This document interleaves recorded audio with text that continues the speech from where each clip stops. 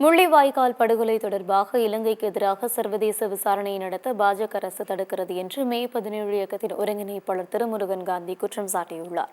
சென்னை சேப்பாக்கத்தில் உள்ள பத்திரிகையாளர் மன்றத்தில் திருமுருகன் காந்தி செய்தியாளர்களை சந்தித்தார். அப்போது பேசிய அவர், இலங்கையில் 1.5 லட்சம் தமிழர்கள் படுகொலை செய்யப்பட்டதை நினைவு கூறும் விதமாக நாளை மறுநாள் மெரினாவில் நினைவஞ்சலி செலுத்த இருப்பதாக குறிப்பிட்டார். இலங்கை தமிழர்களை துன்புறுத்தி வரும் இலங்கை அரசை கண்டித்து இந்த நினைவேந்தலில் அனைத்து அரசியல் கட்சி தலைவர்களும் கலந்து கொள்ள வேண்டும் என்று அவர் கேட்டுக்கொண்டார். ஈழத் தமிழர்கள் படுகொலை தொடர்பாக இலங்கைக்கு எதிரான விசாரணையை பிரதமர் மோடி தலைமையிலான பாஜக அரசு தடுத்து நிறுத்துவதாகவும் திருமுருகன் காந்தி குற்றம் சாட்டியுள்ளார்.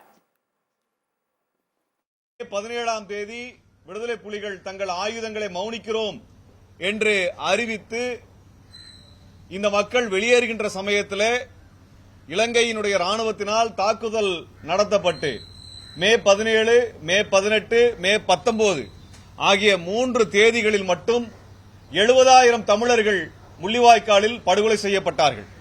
ஐநாவினுடைய நிபுணர் குழுவானது கிட்டத்தட்ட 40,000 படுகொலைகளை ஆவணப்படுத்தியது. இப்படிப்பட்ட ஒரு இலங்கை அரசை சர்வதேச விசாரணைக்கு நிறுத்துவதை மோடி அரசு வந்ததிலிருந்து தடுத்துக் கொண்டிருக்கிறார்கள். 2014 மோடி அரசு வருகிறது.